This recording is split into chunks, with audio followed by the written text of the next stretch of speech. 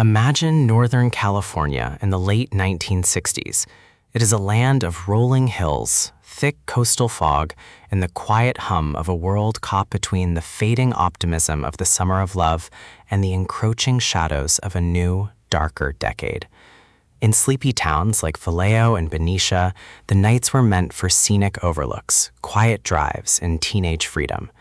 But underneath that heavy Pacific mist, a different kind of energy was beginning to stir, a cold, calculated presence that would soon hold the entire Bay Area in a paralyzing grip of terror. It's such a haunting contrast, Morgan. One moment you're enjoying the crisp air, and the next you're part of a nightmare that remains unsolved over 50 years later. I'm Riley, and I'm so glad you're joining us today. We know this story gets incredibly dark, and the details can feel a bit heavy, so we're here to be your guides. Think of us as your companions through the fog. We're going to keep the lights on and the atmosphere warm while we navigate these chilling events together. Precisely. We aren't just looking at a series of crimes, we're looking at a psychological assault on a community. The Zodiac didn't just strike and disappear. He taunted the press and the police with cryptic letters and that now iconic, terrifying signature, a simple circle with a cross through it, like the crosshairs of a rifle scope. That symbol became a brand of fear that haunted the headlines. Between 1968 and 1969, a shadow moved through the dark, claiming lives and leaving behind riddles that still haven't been fully cracked. Today, we're diving into the facts, the chilling atmosphere of the era, and the mysteries that refuse to die. It's late December 1968, a Friday night, just 5 days before Christmas. The air in Vallejo is biting cold, and while the rest of the town is dreaming of the holidays, 17-year-old David Faraday and 16-year-old Betty Lou Jensen are heading out for their first official date. There's something so tragically ordinary about that, isn't there? They told their parents they were going to a Christmas concert, but like many couples their age, they ended up at a secluded gravel turnout on Lake Herman Road. It was a well-known lover's lane, a place where you'd expect nothing but a little privacy and the quiet of the California night. But that silence was shattered. Around 11 p.m., another car pulled into the turnout, stopping right next to David's 1961 Rambler. The attacker used a .22 caliber pistol, firing into the vehicle to force the teenagers out. It's a chilling detail. He wasn't looking for money. He was looking for targets. It's just devastating to imagine their panic. David was shot once at close range as he stepped out. Betty Lou managed to scramble out of the car and run for her life, but she only made it about 30 feet toward the road before she was struck 5 times in the back. When a passerby found them shortly after, the innocence of this community was lost right there on the pavement. This was the first confirmed strike of the man who would eventually call himself the Zodiac. At the time, local police had no motive and very little evidence, just the spent Winchester Western Super X shell casings and the cold reality of 2 lives cut short. The impact on Vallejo was profound. The secluded spot, once a sanctuary for young love, became a symbol of terror.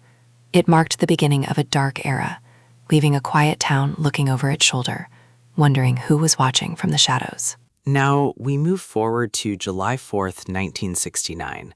While most of Vallejo was winding down from Independence Day celebrations and fireworks, a heavy, unsettling silence was settling over Blue Rock Springs Park. This location was actually only about 4 miles away from the site of the first murders at Lake Herman Road. It's such a tragic contrast, Morgan. You have the community celebrating freedom and family, while this darkness was lurking just a few miles away. Darlene Ferrin and Michael Mageau were sitting in Darlene's car, just talking, when a vehicle pulled up behind them. It blinded them with its headlights for a moment before speeding off into the night. They must have been so confused, but that confusion turned to pure terror when the car returned just minutes later. A man stepped out and approached the passenger side, wielding an incredibly powerful flashlight. Michael actually thought it was a police officer and began reaching for his wallet to show his ID. But instead of a request for identification, the stranger opened fire with a 9mm handgun. It was a total ambush. Michael was hit in the jaw, shoulder, and leg, yet he miraculously survived the attack. Darlene was struck several times and, heartbreakingly, was pronounced dead shortly after arriving at the hospital. But the most chilling part of that night happened about 40 minutes after the shots were fired. A call was placed from a payphone located just blocks away from the Vallejo police station. The dispatcher, Nancy Slover, picked up and was met with a voice she later described as mechanical and eerily calm. He told her exactly where to find the victims. Then he leveled up the terror by claiming responsibility for the murders from the previous December. He ended the call with a simple goodbye, leaving the police to realize they were hunting a serial predator who wanted the world to know exactly what he was doing. Now, imagine it's July 31st, 1969. The morning fog is just lifting over the Bay Area when 3 different newsrooms receive something that would change the investigation and the public's sense of safety forever. It's honestly so unsettling to think about, Morgan. The Vallejo Times-Herald, the San Francisco Chronicle, and the San Francisco Examiner all received nearly identical, handwritten letters that morning. But the real hook was what was tucked inside those envelopes. Inside each one was exactly 1/3 of a complex 408-symbol cipher. He was essentially forcing these rival newspapers to work together, and more importantly, he was forcing the entire public to play his game. And he didn't just ask for publicity. He demanded it with a terrifying ultimatum. He stated that if these codes weren't printed on the front page by Friday afternoon, he would, and I'm quoting his spelling here, cruise around all weekend killing lone people in the night. He threatened to keep killing until he had a dozen victims. That's the heavy psychological weight of this specific moment. He wasn't just a murderer hiding in the shadows anymore. He was a choreographer of fear. By making the publication of his cipher a condition for safety, he effectively held the city hostage through the press. To give you an idea of the complexity, these were segments of a homophonic substitution cipher. In cryptography, this means a single letter, like the letter E, might be represented by 10 different symbols. This concept is specifically meant to defeat frequency analysis, which is the standard way people crack simple codes. He also included grisly details about the Faraday and Farron murders that only the killer could know, proving his identity. It turned the morning paper into a literal weapon of terror, leaving the entire Bay Area in a state of paralyzed suspense as that Friday deadline approached. It's actually quite remarkable and honestly a bit humbling for the authorities of the time. While the FBI and seasoned cryptographers were struggling to make sense of that first cryptogram, it was eventually solved by a high school history teacher and his wife over a single long weekend. Donald and Betty Hardin. They sat down in their living room in Salinas, surrounded by newspapers and heaps of scratch paper, and managed to decode what we now call the 408 cipher. But the reward for their incredible persistence was a glimpse into a truly dark, twisted mind. The message didn't contain his name, despite what he'd promised. Instead, it was a rambling, chilling manifesto. He wrote about how killing was more fun than killing wild game in the forest because man is the most dangerous animal of all. It's such a cold, predatory way to look at human life. And it's the afterlife part that always sends a shiver down my spine. He claimed that everyone he killed would become his slave once he was reborn in paradise, notably spelled with a C. He was literally collecting victims as if they were property for eternity. There's this massive, unsettling disconnect there.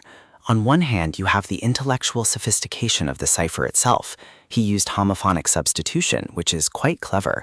But then you have these almost juvenile, ritualistic delusions. It's a jarring juxtaposition. He wanted to be seen as this literate, calculating mastermind who could outsmart the world, yet his actual motive sounds like something out of a dark pulp fantasy. It makes the brutal reality of his crimes feel even more senseless and terrifying. He was desperate for an audience, but the 408 cipher showed us that the person behind the mask was living in a very different and very dangerous reality. Now, we've covered the dark, lonely roads of Vallejo, but what happened at Lake Berryessa in September 1969 takes the terror to a completely different level. It was a beautiful, sun-drenched Saturday afternoon. You'd think the bright daylight would offer some sense of safety, Riley, but for Brian Hartnell and Cecilia Shepard, the nightmare began right there on the peaceful shore. It is the visual description that always gets me. As they were relaxing by the water, a man emerged from the brush. But he wasn't just a common mugger. He was wearing an incredibly elaborate hand-sewn costume. Imagine a heavy, black, square-topped hood, almost like an executioner's mask, with slits for the eyes and clip-on sunglasses over them. And right there on the chest, stitched in white, was that infamous 3-inch crosshair symbol we've come to recognize. It's such a chilling escalation in his behavior. Up until this point, he was a shadow in the dark, shooting from a distance. Now he's creating a physical persona. He actually took the time to craft this garment. It suggests a level of ritualism and theatrical planning that is just haunting. He even spoke to them in a calm, measured tone, claiming he was an escaped convict from a prison in Montana who just needed money and their car to get to Mexico. He was so composed throughout the entire interaction. He had Cecilia tie Brian up with pre-cut lengths of plastic clothesline before he tied her. But the most calculated part happened after the brutal attack itself. He walked back up the hill to their white Volkswagen Karmann Ghia. He didn't flee immediately. Instead, he took out a black felt-tip pen and scrawled a message directly onto the car door. He listed the dates of the previous murders, the date of that attack, September 27th, the time, 6:30, and then the words, "by knife." He signed it with his signature crosshairs. Brian Hartnell's incredible survival is the only reason we know these terrifying specifics, and it changed the investigation forever. It transformed the Zodiac from a shadowy sniper into a bizarre, costumed figure of pure, calculated malice. We're moving away from the isolated roads now, shifting our focus into the heart of San Francisco. It's October 11th, 1969, and the upscale Presidio Heights neighborhood.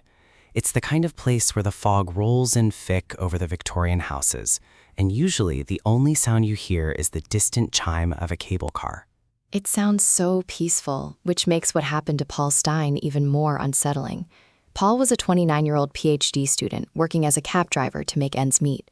He picked up a fare that night at Mason and Geary, and when they reached the corner of Washington and Cherry Streets, the atmosphere turned deadly. This was a major departure for the Zodiac. No lover's lane, no seclusion.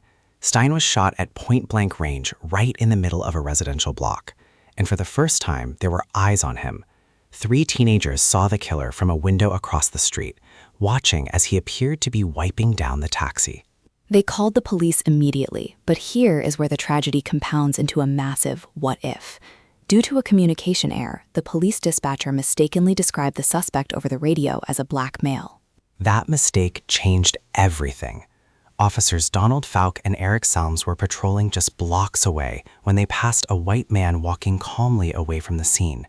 Because they were looking for a different description, they didn't stop him. The Zodiac literally slipped through their fingers in the dark. He actually mocked them for it later, claiming he'd hidden in the park while they searched. But the most grisly evidence came in the mail. The Zodiac sent a letter to the San Francisco Chronicle that included a torn, blood-stained piece of Paul Stein's shirt. It was his way of saying he was still there, and the city wasn't safe anymore. We've spent time on the specific crimes, Riley, but I think we need to look closer at the branding. Most criminals want to vanish into the shadows, but this individual did the opposite. He introduced himself. He didn't just want to be a ghost. He wanted to be a character in the public consciousness. It's honestly one of the most unsettling parts of the story. On August 4th, 1969, the San Francisco Examiner received a letter that changed the entire nature of the investigation. It began with those 4 iconic, terrifying words. "This is the Zodiac speaking." It's so theatrical, yet so cold. Exactly. Up until that point, the press had been using names like the Code Killer. He clearly found those titles beneath him. By choosing the name Zodiac and adopting that cross-circle symbol, he was essentially sending a correction notice to the world. He was taking control of his own myth. And he used that myth to hold the entire Bay Area hostage. He wasn't just writing to the police. He was demanding that his letters be published on the front pages of the newspapers. He threatened that if they didn't comply, he'd go on a kill rampage over the weekend. He turned the media into his own personal megaphone. It was a psychological game. By forcing the editors to print his taunts, he made every citizen an unwilling participant in his narrative. He would mock the blue pigs for their inability to catch him, while providing specific details about the crime scenes that only the killer could know. He wasn't just a murderer, he was a narrator of his own violence. He turned a hunt into a grim game, didn't he? That persona, the misspellings, the taunts, the symbol, it made the fear feel inescapable. It's like he wanted to make sure that even when he wasn't acting, people were still thinking about him. He didn't just want to be feared.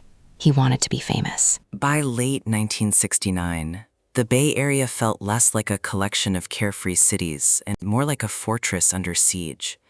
People were locking doors they'd left open for decades, but the fear reached an absolute fever pitch after that letter arrived on October 13th.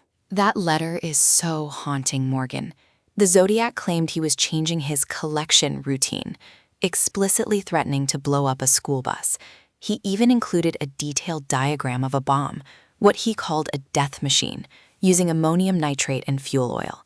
He was basically describing the chemistry of a high-yield explosive, which was a deeply technical and terrifying threat for the time. It's chilling. He wrote about waiting on a hillside to pick off the kiddies as they bounced out of the bus. You can imagine the icy chill that sent through every parent's heart. It wasn't just a vague threat. It felt calculated and imminent. It did. But what's incredible is how the community responded. It wasn't just panic, it was mobilization. I've read how fathers took shifts following buses in their own cars, forming unofficial protective convoys. Police were actually stationed on every single bus in some districts to ensure the children felt safe. I love that image of the community wrapping its arms around the children. Teachers stayed late, ensuring no child walked home alone. In some districts, they even implemented unpredictable bus schedules, essentially applying basic security randomization, while neighbors shared coffee and kept a constant porch watch. Exactly. Despite the monster in the headlines, the atmosphere inside homes was one of fierce protection and warmth. They refused to let fear win by turning inward. Instead, they reached out to one another. It's a powerful reminder.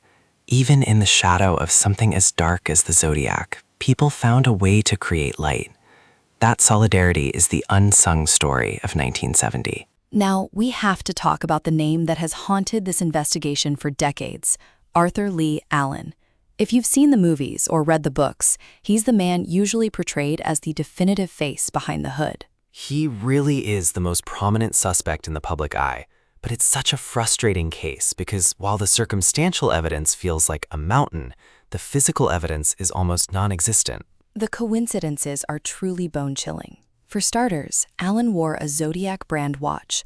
The logo on that specific watch is a circle with a cross through it, the exact symbol the killer used to sign his terrifying letters. It feels too deliberate, doesn't it? And in 1971, when detectives first interviewed him, Allen mentioned, without being prompted, that he had bloody knives in his car on the day of the Lake Berryessa attack. He claimed he'd been hunting, but it's a very specific thing to volunteer. He even brought up the story The Most Dangerous Game before police linked the concept of man is the most dangerous animal to the killer. Then there's his friend, Don Chaney, who claimed Allen spoke about wanting to kill couples and using the name Zodiac before the murders even began. Allen lived in Vallejo, right in the heart of the activity, and had a history of troubling behavior. Yet the science tells a different story. His DNA didn't match what was found on the stamps, his fingerprints didn't match the ones on the Stein taxi, even his handwriting didn't fit, unless he was intentionally using his non-dominant hand. It's that classic true crime limbo. You have a mountain of maybe, but not a single definitely. It makes you wonder if he was a master of deception, or just a very unlucky, very strange man caught in the spotlight. Speaking of faces that haunt our collective memory, we have to talk about Gary Francis Post. In 2021, a team of independent investigators known as the Casebreakers thrust his name into the spotlight, claiming they'd finally cracked the case that has eluded everyone for over half a century. It's a fascinating, if slightly unsettling development. Post was an Air Force veteran who lived a relatively quiet life as a painter until he passed away in 2018. But the Casebreakers believe that quiet life was just a mask for the Zodiac. The most striking piece of evidence they've presented involves those famous police sketches from 1969. Right, the scars. In the composite sketches, there are these very distinct, deep horizontal creases or scars on the suspect's forehead. The Casebreakers discovered old photos of Post from his time in the service, where he has almost identical scarring in the exact same spots. Seeing those images side by side, honestly, it's enough to make the hair on your arm stand up. It really is chilling. But they went deeper than just physical resemblance. They claim that Post's full name is actually the cryptographic key needed to decipher the remaining unsolved Zodiac letters. In cryptanalysis, if you apply his name as a specific key to a transposition cipher, they say that gibberish transforms into clear, coherent sentences. It feels like a perfect puzzle piece finally fitting into place. We do have to balance that curiosity with a bit of healthy skepticism, though. The FBI and the San Francisco Police Department haven't officially named him as the killer. They maintain the case remains open and have pushed back against some of these findings, suggesting the scars in the sketch might just be an artist's way of drawing age lines. Whether he's the guy or not, the theory has brought a whole new energy to the search. It reminds us that even after 50 years, the truth might still be out there, perhaps hidden in an old family photo album. While Arthur Lee Allen often steals the spotlight, there are other names that keep investigators and hobbyist sleuths awake at night. Let's look at Lawrence Kane. He's a suspect who really fits that creeping around the edges profile that makes your skin crawl just a bit, even after all these years. He really does, Morgan. One of the biggest red flags with Kane was his proximity to Donna Lass, a young nurse who many believe was a Zodiac victim. They both worked at the Sahara Hotel in Tahoe right before she vanished. Beyond that, Kane had suffered a severe brain injury in a car accident. Experts often note that such trauma can strip away a person's impulse control, potentially triggering the calculated predatory behavior the Zodiac displayed. It's a heavy thought. Then there is Rick Marshall. If you want a suspect that feels like he stepped right out of a classic noir thriller, it's him. Marshall was a movie projectionist in San Francisco. Many researchers point to the Zodiac's peculiar obsession with cinema, specifically the human hunting themes in The Most Dangerous Game, as a direct nod to Marshall's professional world. There was even that chilling line in a letter where the Zodiac mentioned his basement being a death machine. Marshall, interestingly enough, lived in a basement apartment at the time. It's these specific, eerie coincidences, the red flags, that keep these names resurfacing in every true crime discussion. But here is the heartbreaking reality of the case. Despite these intriguing links, the physical evidence is agonizingly sparse and aged. We are looking at partial prints and degraded DNA from 50-year-old stamps. Exactly. Without a definitive forensic smoking gun, these men remain shadows in a mystery that refuses to be solved, leaving us with only questions and the cold trail of history. It's haunting to think about how close they came, Riley. In the late 60s, forensic science was in its infancy. Investigators were using basic silver nitrate or ninhydrin to develop latent prints, but those chemicals weren't always reliable on porous surfaces like paper or the cold metal exterior of a taxi. That's a great point, Morgan. At the Paul Stein crime scene, they actually found a partial bloody fingerprint on the cab's door pillar, and they even recovered prints from the letters. However, back then, there was no national digital database. You had to manually compare a physical print against a specific suspect's card. If the killer wasn't already in the system, those prints were essentially silent witnesses. And the biological evidence is even more frustrating. The Zodiac was a prolific writer, and every stamp or envelope flap he licked was a potential DNA trap. But remember, the concept of DNA sequencing didn't even exist for police back then. Right. The saliva sat in evidence lockers for decades. When testing finally became possible, they found the DNA was severely degraded. Sometimes you only get mitochondrial DNA, which can tell you a family line, but can't point to a specific individual like nuclear DNA can. Plus, cross-contamination was a huge issue before the modern era of clean suits and sterile handling. But there is a light at the end of the tunnel. We're seeing the rise of investigative genetic genealogy, which allows labs to bridge those gaps using SNPs, single nucleotide polymorphisms. It's the same breakthrough that finally identified the Golden State Killer. It gives me chills to think that after 50 years of silence, a distant cousin's family tree might be the thing that finally unmasks him. The science is finally catching up to the mystery. Morgan, we've spent so much time on the specific details of the crimes, but we have to address one of the most controversial theories in the entire case. What if there was no single Zodiac at all? I'm talking about the hoax or multiple killer theory. It's a heavy thought, Riley. While most people accept the narrative of a lone serial killer, some theorists have argued that the Zodiac was actually a clever literary invention. The core idea is that several unrelated murders were essentially branded by a person, perhaps someone with access to police files, who had a unique talent for writing taunting, cryptic letters to create a myth. It sounds like a conspiracy, but when you look closely at the witness statements, the multiple pillar angle starts to feel a bit more grounded. At Blue Rock Springs, Michael McGow described a shorter man with light brown curly hair. Yet at Lake Berryessa, the attacker was described as a massive, heavy-set individual. Then, during the Paul Stein murder in San Francisco, witnesses saw a man with a reddish-blonde crew cut. These physical profiles are so distinct from one another. They really are. Even the ballistics across the different scenes weren't consistent. This theory suggests the Zodiac was a persona used to tie separate tragedies into one grand, mythic monster that haunted the public consciousness. But the letters, Morgan. Handwriting experts generally agree the script matches across the various notes. Plus, the killer mailed actual pieces of Paul Stein's blood-stained shirt to the newspapers as proof. That is the main hurdle. To believe the hoax theory, you'd have to believe someone had the means to steal evidence from a crime scene just to sustain a persona. It's a tangled, unsettling web, but it highlights the gaps that still haunt the investigation today. It makes the story feel even colder. The idea that the boogeyman might have been a ghost or a collective shadow, rather than just one man.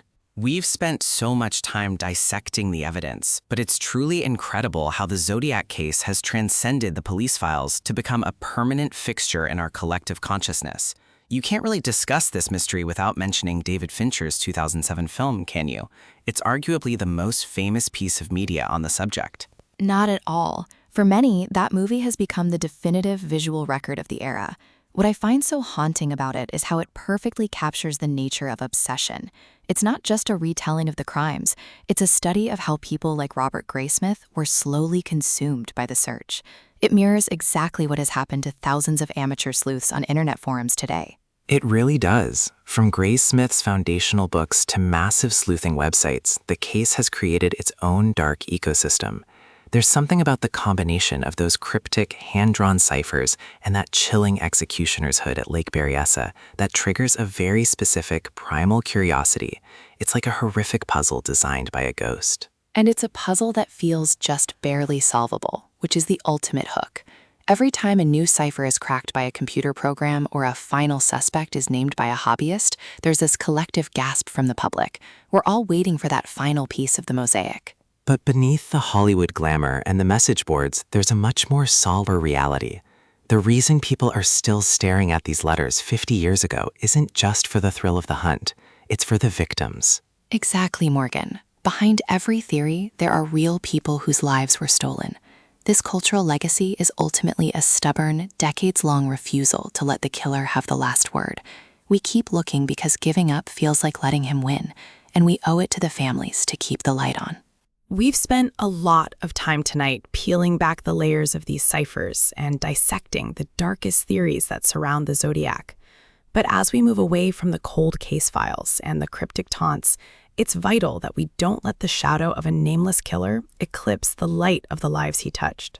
You're so right, Morgan. It's easy to get lost in the puzzles, but at the heart of this mystery are real people. People like David Faraday and Betty Lou Jensen, who were just at the start of their lives. Darlene Ferrin, whose laughter is still remembered by everyone who knew her. Cecilia Shepard, a talented young woman with so much ahead of her. And Paul Stein, a man simply doing his job on a quiet San Francisco night. They weren't just targets or data points in a police report. They were children, siblings, and friends. Their stories were unfairly cut short, leaving behind families who have spent over 50 years waiting for an answer. We must remember that the statistical rarity of such a case doesn't lessen the very real, singular grief of those left behind. It's about the human cost, not just the cold probability. That's the most haunting part, the lack of resolution. But even in the darkness of these crimes, there is a community of investigators and listeners like you who refuse to let these names be forgotten. We hope that one day, the crosshairs the Zodiac used to sign his name will finally be replaced by the clarity of the truth. Whether it's through the application of advanced genetic genealogy or new forensic insights into the linguistics of his letters, we remain hopeful for a final conclusion. Thank you for staying with us through these shadows today. It's been a heavy journey, but we're glad we could share it with you.